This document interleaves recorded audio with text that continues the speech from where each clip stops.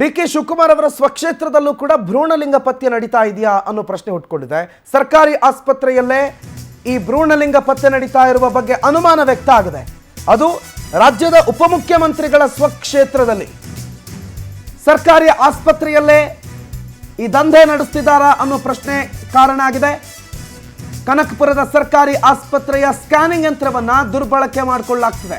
ಪ್ರಸೂತಿ ಮತ್ತು ಸ್ತ್ರೀರೋಗ ತಜ್ಞರಿಂದ ದುರ್ಬಳಕೆ ಮಾಡಿಕೊಳ್ಳಲಾಗ್ತಾ ಇದೆ ಅಂತ ಅನುಮಾನ ಇದೆ. ಯಾಕಂದ್ರೆ ಜಿಲ್ಲಾ ಆರೋಗ್ಯ ಇಲಾಖೆ ಈ ಬಗ್ಗೆ ನೋಟಿಸ್ ಕೊಟ್ಟಿದೆ. ಹೇಳಿ ಕೇಳಿ